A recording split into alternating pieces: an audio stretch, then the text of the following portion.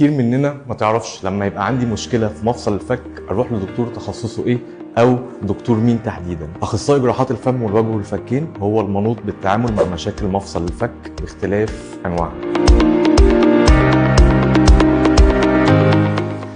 هنتكلم مع بعض عن مشاكل مفصل الفك.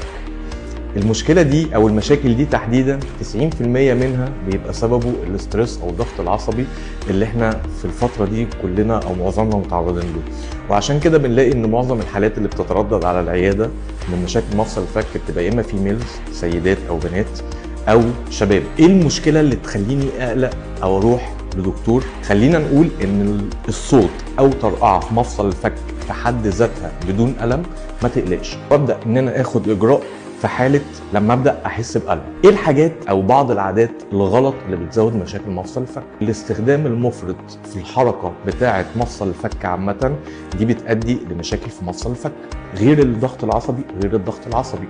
طيب في بعض الاورام وفي بعض الالتهابات اللي بتوصل لمشكله في مفصل الفك. في احيانا بعض الكسور اللي المريض اتعرض ليها وهو صغير، المشكله دي بتوصل لمشكله في مفصل الفك في سن معين، بيبدا المريض ياخد باله منها، وفي الحاله دي بيروح للدكتور ان هو متفاجئ ان في مشكله. العلاج الكونزرفتيف او العلاج التحفظي في التعامل معاها بيبقى اول خطوات العلاج عن طريق ان انا بوقف استخدام تماما النواشف، اللب، المكسرات، بمنع استخدام اللبان تماما.